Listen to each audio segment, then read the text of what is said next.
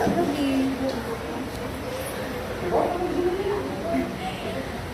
for us now, let's say the prayer. Let us pray. In the Father, the Son, and the Holy Spirit. Amen. All together, our Father, Our Father, who art in heaven, hallowed be thy name. Give us this day our daily bread, and forgive us our sins, as we forgive those who sin against us. Do not bring us to test, but deliver us from evil. Amen. Father, the Son, and the Holy Spirit. So before you take your seat, please pick up the desk under your chair and please arrange it properly. I-arrange ang palit dito. Tama na rin yung mga limuranan para pinasuko si teacher. Yes, teacher. Okay, secretary, please check attendance.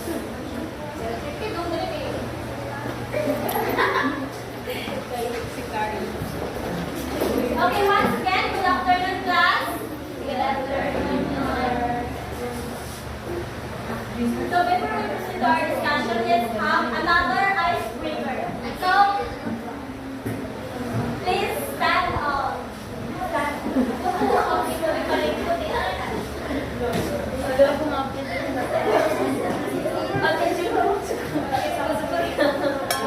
Reklamo na si Belot kay sa kilibang. Okay naman mo. So, ito, kani-ani ang icebreaker.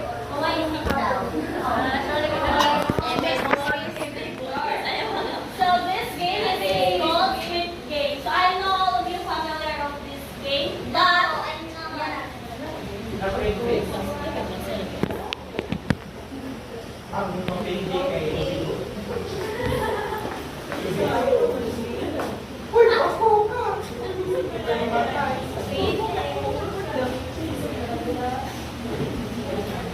ayan ang pagsama para makadulog mo sa sounds kayo.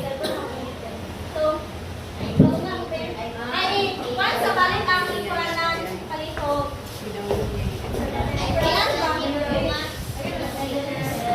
Spread sa mo. Kamu, ari mo sa center. All students, please, ato mo sa likuran. Basta na lang likuran ng likuran. Please, sa likuran kayo. Ano na? Ano ba sa mo? Sa mo? Namin, paminaw sa class. So, if mag-start na ang music, kamo kay kanang nababuwag man mo, and then, kung mag-start ng music, mag-dance mo, ana, then, kung pwede to, group yourself into 5, so, makita kung ka-group ninyo. Okay? Sabay na? Okay. Spread out sa. Ano yung ban? Students, please. Ito na ba? Is mo gagamay?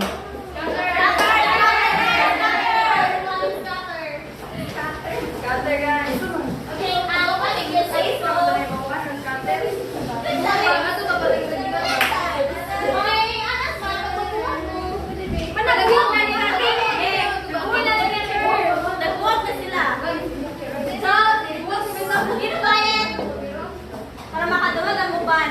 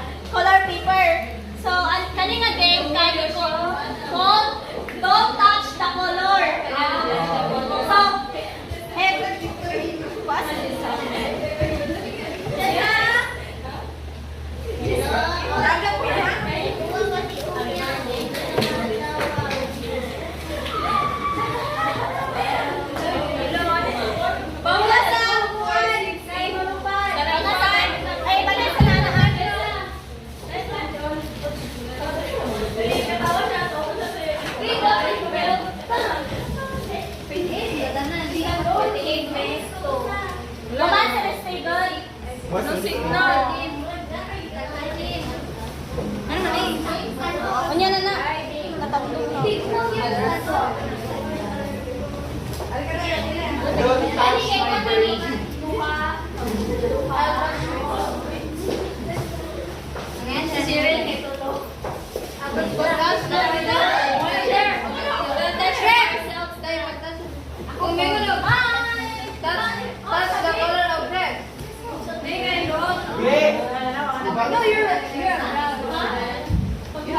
Kita rin na lang upat na color. Kaya kaya sa labi. Kaya sa si Jai sa utrikuan. Ato. Touch the color. Brown. So if mo ingat kani ko brown. Kani brown yung eh. Kanang itam. Bukrag. Do not touch the color. Basta lagi.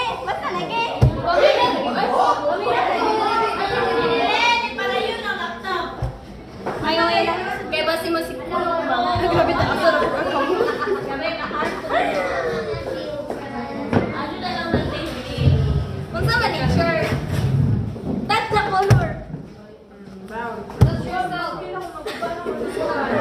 Kailangan ka mag-manicure. Kita rin siya rin sa si Juan Ben. Ulaw lagi. Asik Ben. Si Makatros kumato. Ang kamot ninyo. Ang bayad na mabuhat kay Aneng. Si Paduan kumari. Ayaw nakaturoon kayo. Trial sa ta. Pag mo ingat ko kanang orange, itap niya ang orange. If mo then kanang next na po na color kung ang sahang ingat mo itap ninyo ha. Okay, gets ra, get trial sa ta. Kasi mo change color. Get. Brown. Papaspasay gud ni. Ayaw. Okay, red. Brown. Orange. Pero nga ay na yun, Rafi. Grabe, Johan ko. Okay. Pink. Red. Orange. Brown. Okay, gatoon ha. Okay. Touch yourself. I touch myself. Hoy, Juan, service judge, laigan. Ako may line yung color. Umpire. Paminaw sa lagi. O, disqualified. So, okay, start na ha. Orange. Ikadwa po ninyo butang ana. Ay, di minaw Papas pa ta, paana. Again. Red. Brown. Red. Brown. Pink. Orange. Madugay ba na? Dugay yan eh. Lugay. Madugay lagi. Ano ba palihon? Hindi kayo kanang dapat magdaghan color para malibog bitaw ang Balihan ayaw ito kung gapi ka diri ari gapi kubot na aron ko man kay manundog man ang kita kay ba magundugan na mga asa ta. Isa na lang good ka color, no? Sila magsuot. Dugay matawa. Okay. Isa na lang ka color. ay di man po nang fair man po kila niyo. Hindi, magtungod ko ito ha. Diba? Dungan mo ka na. Okay. Isa na lang ang color eh. Dili ka to na lang lagi nga instruction. Umuingon ka red, dili red ang lagi. Ana, mali ka line nga color. Butangi og mark brown. Katulad na yung Okay. Mali color. Orange. Orange. Do not touch the color. Sakto. Di kaya ang nasa kuan kay kanang paspason mo niya daghan color din. Itahay, may sa red, brown, basta malibog man ang lahi ang mga ano nang do not touch the color. Ni pink. Brown. Red. Di man na eh. Kesa na. Dapat kami tayo duha.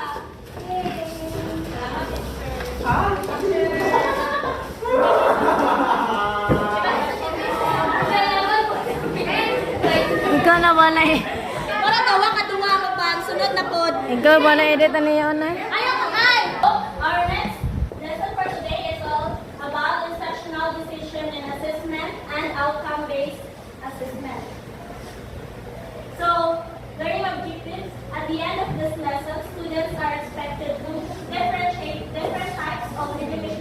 decisions, scrutinize assessment and classroom instruction, and develop firm decision-making at different phases of teaching learning process, explain the learning outcomes, discuss the characteristics of outcome-based assessment. So instructional decision. Ms. Samuya, please read. Instructional decision making is a systematic process using student assessment and other data designed from decisions. IBM is designed to improve the learning of both students. Instructional decision making supports a unified school-wide or district-wide system of assessment, curriculum, and instruction addressing the needs of high, average, and low performing learners.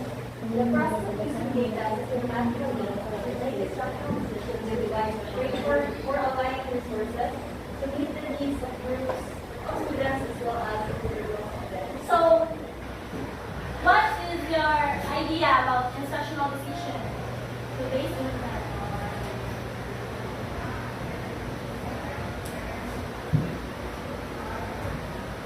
I think it is a process of using the achievement of students as a guide for making decisions in their instructions,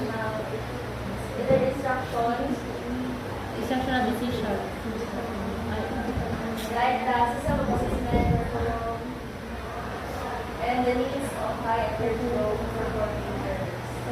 Okay, thank you, Ms. Samuya. So, instructional decision making is essentially a systematic process teachers use to make informed choices about their teaching.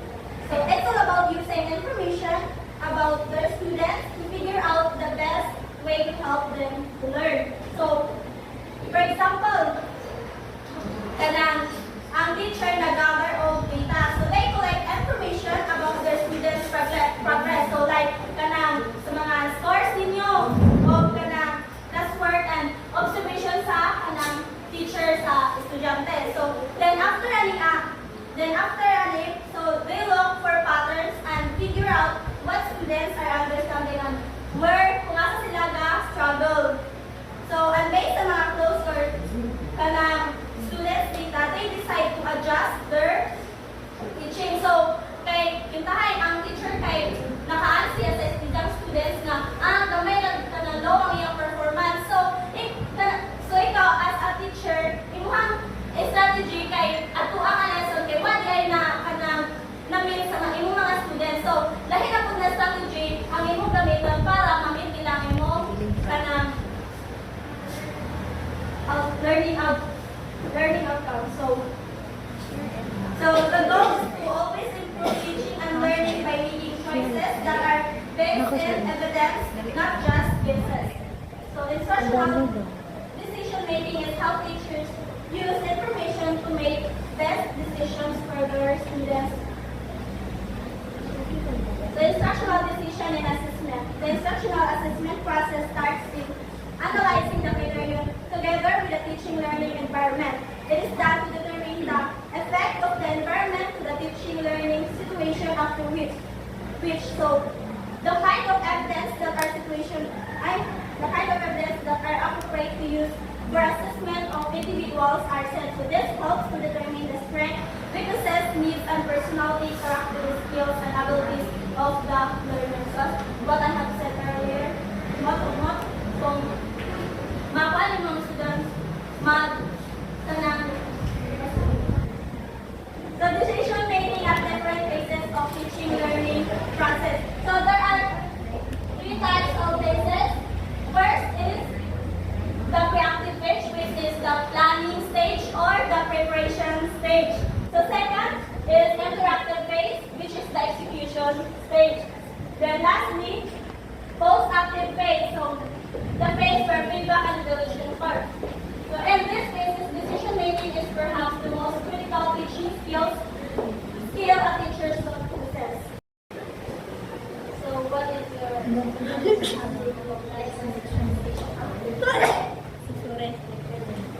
So,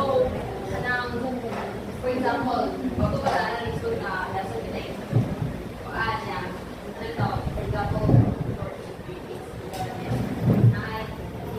subject ka, before teacher, magpalay, before siya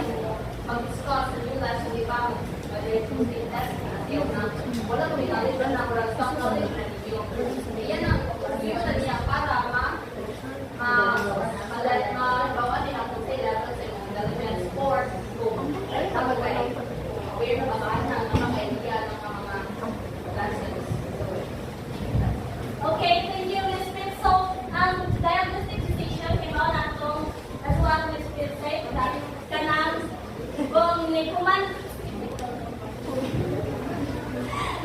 kita hay o bago pa mo nga kanang ana grade then magpa-diagnostic exercise madala ka kung nga kay kanang ang sa imuhang nalay na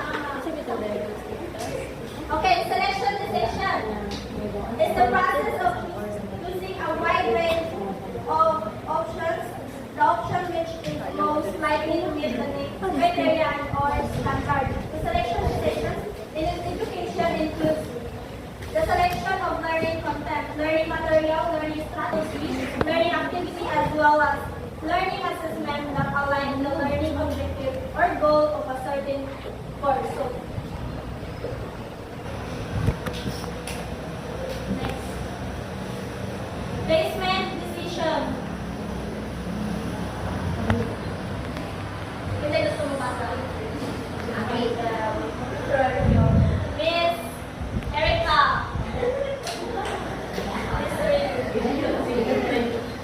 Placement decision. Consider the student behavior and their performance at the beginning of instruction in order to determine the position in instructional sequence and the mode of evaluation used. Okay, so, sabi ang imong na idea or understanding about placement decision.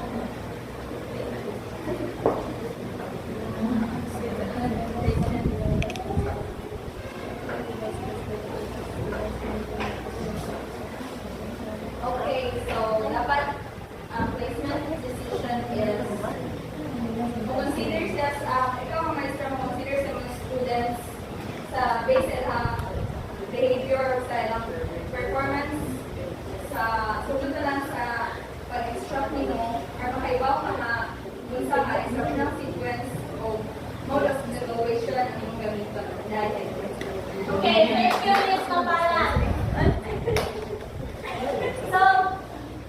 So another kanang example kay kanang at the beginning of a math course, a teacher assess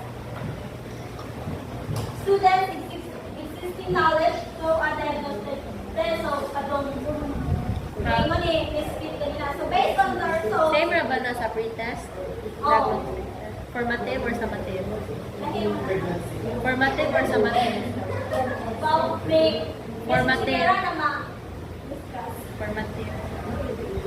So, the teacher places a student's wisdom in basic operation into an advanced group. So, when a student, kung katong, kahit hindi sa itong katong, kanang grades or score kung kaya itong test, guys, kanang, ang maestra, pwede niya ikuan kanang ilahin nga group, like kanang magkuan siya advanced nga study para mas kuan bitaw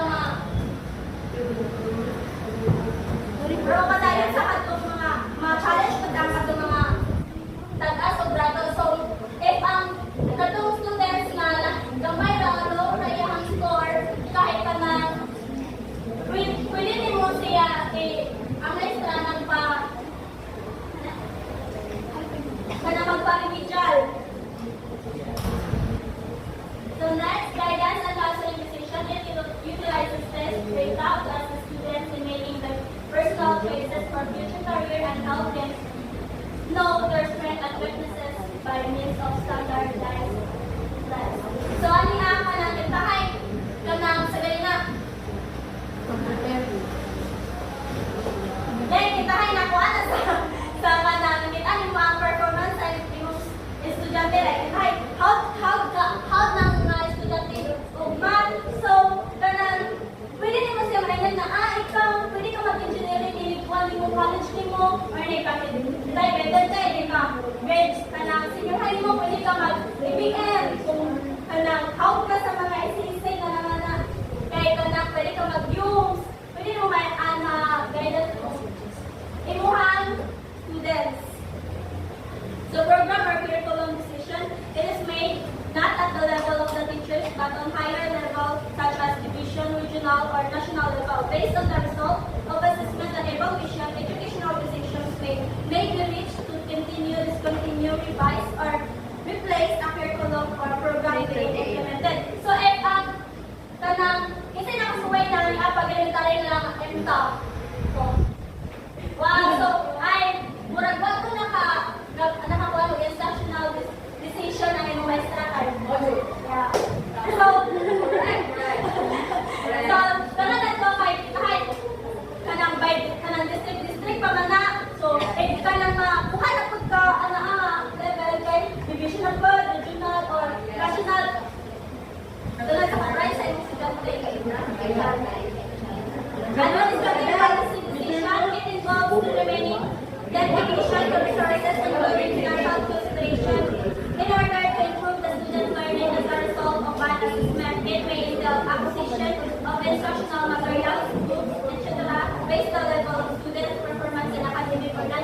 So, katulong kanang if naka-accept ka ng school kay ibang mga kanang materials sa kanang para makaan ang mga estudyante. So, ikaw, teacher, pili ka magka-quiz ka para hibawan itong imong So, next is outfit. Again, what are the 8 characteristics? Types of instructional decision. Papers.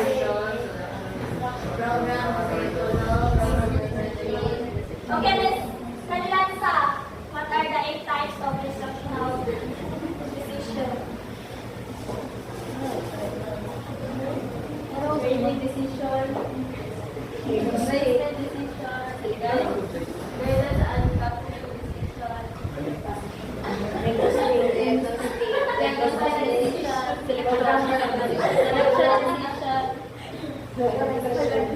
Program and curriculum.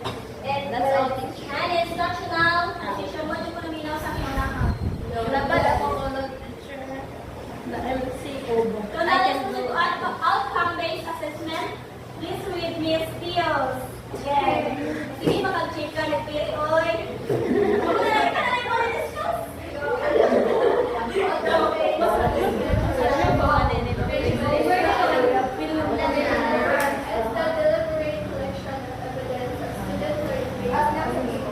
It stands straight.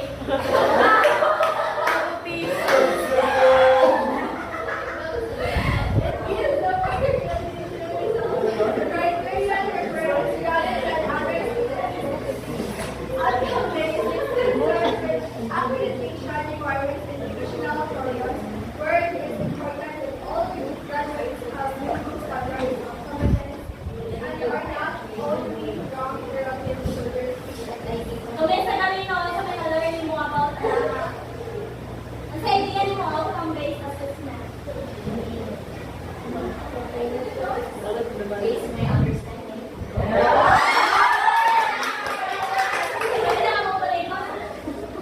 Outcomes-based assessment or OB yes, actually is all about evidence-based learning. Basic outcomes as what we have to judge. So, yes, very good. Thank you, Miss Inias and Miss Cagalino. So, outcome-based assessment, like kita ay kanang graduate. So, kita ay graduate ka ka. Kaya ka na, ang imong performance sa school, kaya ka na ka ng mga maestra, kay nice ka, kanang how, kanang. So, nice ang inahan ka na, sa kanang feedback mo. Yes, thank you, Miss Canilanza. So, kanang mga teacher sa kanang maestra na ba kay kanang ang masihan bitaw sa kanang doon kay kanang nila performance sa nilang kung naan sila out ba sila so kaya bitaw pa ng maingon kanang sa teacher kanang kuhaan ang kay out na nga so dili nga na magbase sa ilang ama.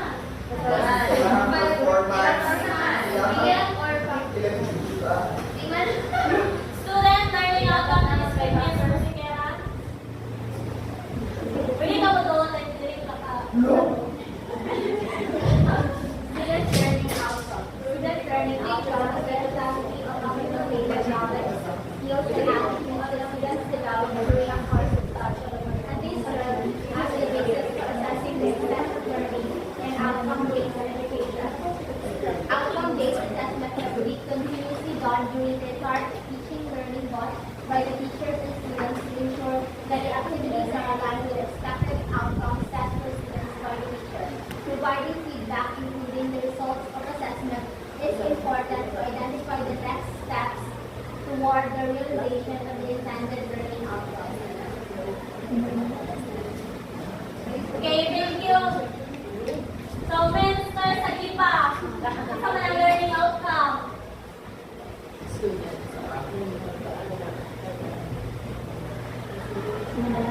Learning,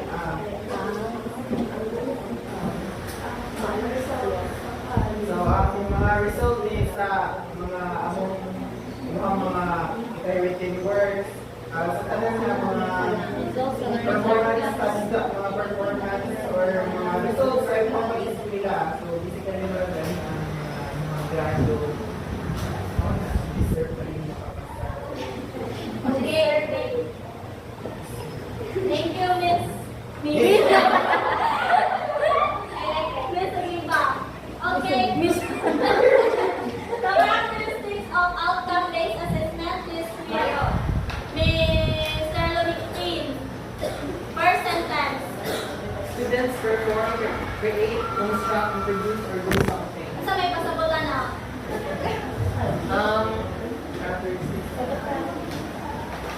This is what, for example, when a teacher conducts an activity inside the classroom, the students will perform and create something to, they will use their, for example, mag-recording, mag-role-play, gamitin ng creativity. Miss, listen na po. Please read the second sentence. Yes. Most students explain, justify, and define. Defend? Yes. Okay, yung sa may pasabot, calls on students to explain, justify, and Pero sa imong gibuhat na mo, na imo hindi pa basa din pa explain. yes. Di ba? Thank you. So, Miss Aspe, let's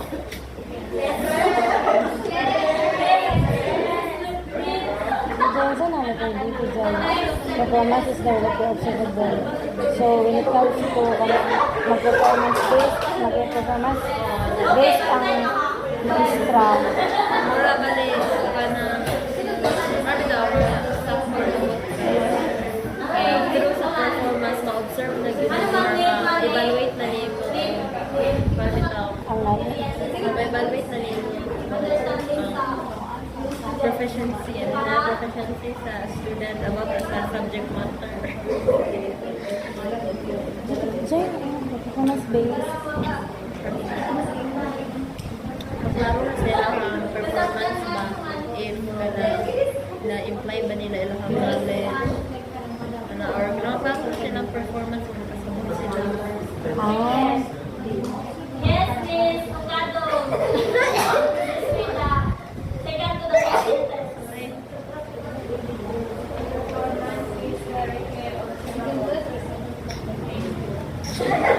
Unsa man? Unsa man ang performance is directly observable? Kasi niya ng mga performance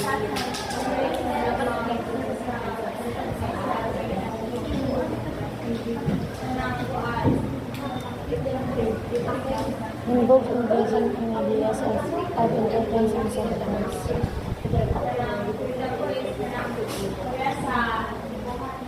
Diyan sa ang last child.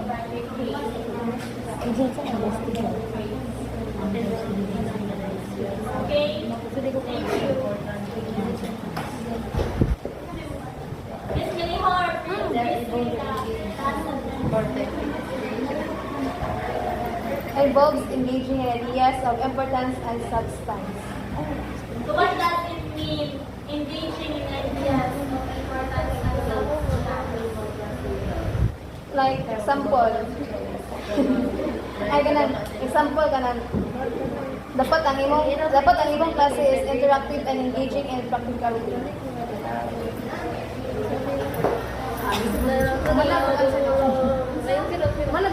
Example. Okay, so that's all for today. Melissa. Question teacher. Ganun. So,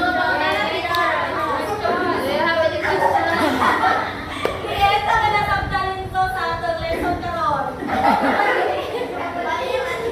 Thank you. Split game. Si Margaret may naipang... Stop talking.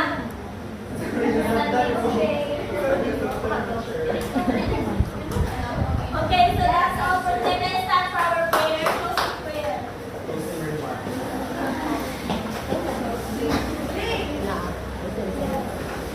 Everyone, hold up, please read the prayer.